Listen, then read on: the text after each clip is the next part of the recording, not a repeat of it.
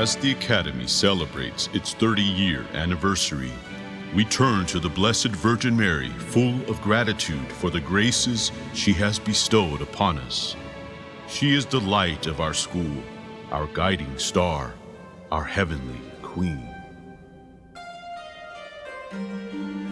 What is the mission of the Academy? Imagine a kingdom that enjoys perfect tranquility and order. A land where vassals are blessed with a queen of incomparable goodness, beauty, and majesty. Yet within the realm of such a benevolent queen, signs of rebellion begin to brew. The same accursed serpent that brought ruin to paradise begins to stir, sowing discord, ingratitude, and revolt. And parts of the queen's vast kingdom turn against her. At the same time, the number of loyal subjects gradually dwindles, and the queen is forced to take refuge in her palace. But the tranquility of the palace is suddenly shattered by angry mobs that invades and reaches the door of the throne room. Although threatened, the queen stands tall and regal, her crown and jewels sparkling with light. Even in danger, she radiates grandeur, majesty, and benevolence. Although the hall is filled with courtiers, they fail to defend their queen. There is no pledge of fidelity, no effort to resist the mob's entry and avert complete ruin. Finally, the doors of the throne room burst open, but the queen's men don't react. Some are silent out of fear, others out of lethargy, others because they desire a new position among the ranks of the enemy. The mob advances and surrounds the queen with ropes in their hands. They plan to drag her away. However, with her gaze, she implores her vassals to find courage, to speak out, and take action. Then the unthinkable happens. A ruffian ties a rope around the queen's neck and yanks it.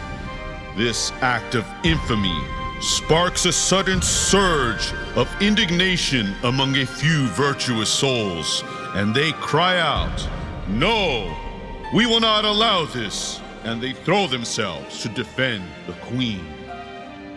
God multiplies their strength. A counter-revolution is born. Like a clarion call, it awakens the slumbering. It gives courage to the fearful, and it puts the opportunist to shame. A great counteroffensive comes together before sunset. Peace is restored in the Queen's palace. The reconquest of the kingdom has begun. Dear friends, this is not a mere story. It's a metaphor that explains the mission of the Academy. The world is engulfed by a storm of confusion and chaos.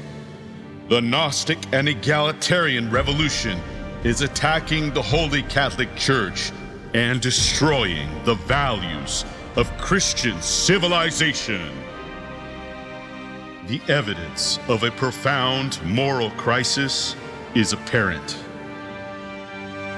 73 million induced abortions worldwide.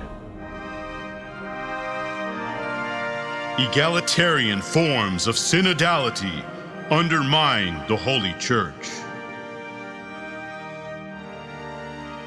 611 Catholic churches closed in Germany alone. For every 100 new Catholics, more than 800 leave the Catholic Church. Islam is the world's fastest growing religion.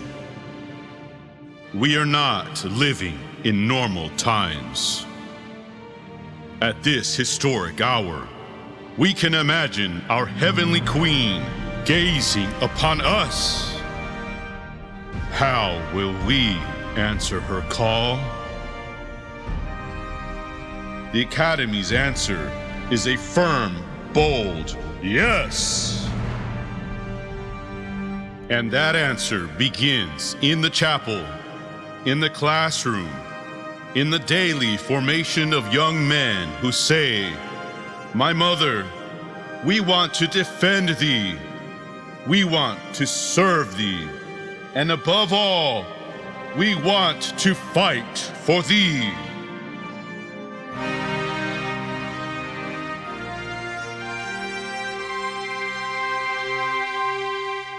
Academy students and graduates are on the front lines, fighting the good fight.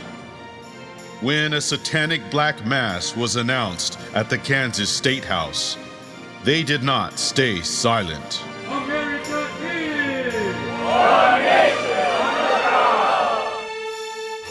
At the annual March for Life in Washington, D.C., you will always find the Academy in full battle array, peacefully defending the most innocent.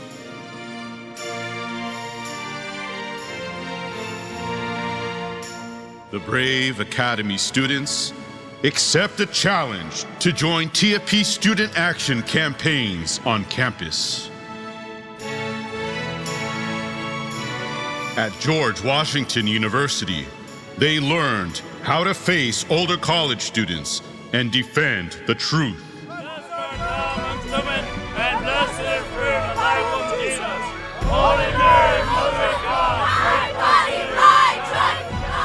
In the spiritual battle to restore one nation under God, the Holy Rosary and the Fatima message have a central and decisive role. Academy students proclaim the name of Our Lady at many TFP Rosary rallies in the public square. In his fiery prayer, St. Louis de Montfort writes, "Lord Jesus, be mindful of thy congregation.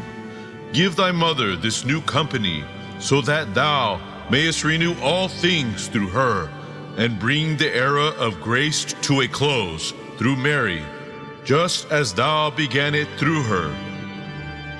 To this end, increase the number of those who call her mother and serve her." What then am I asking for? Men who are free with the freedom that comes from thee. Men who are free but still in bondage to thy love and thy will. Men after thine own heart, who without taint or impediment of self-love will carry out thy will to the full, and like David of old, lay low all thy enemies, with the cross for their staff and the rosary for their sling. In Revolution and Counter-Revolution, Plinio Corrêa de Oliveira writes, "When men resolve to cooperate with the grace of God, the marvels of history are worked. The conversion of the Roman Empire, the formation of the Middle Ages, the reconquest of Spain starting from Covadonga, all the events that result from the great resurrections of soul, of which peoples are also capable. These resurrections are invincible because nothing can defeat a people that is virtuous and truly loves God. Amid the present storm, the Queen of Heaven calls us to be faithful servants.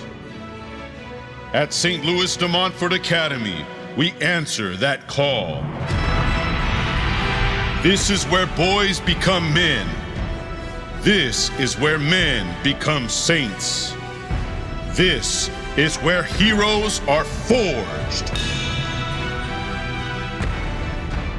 The future belongs to the Immaculate Heart of Mary.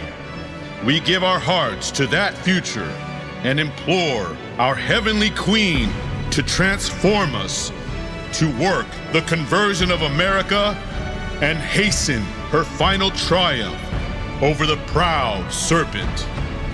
And when Our Lady calls you, let us respond. Presto sum, I am ready.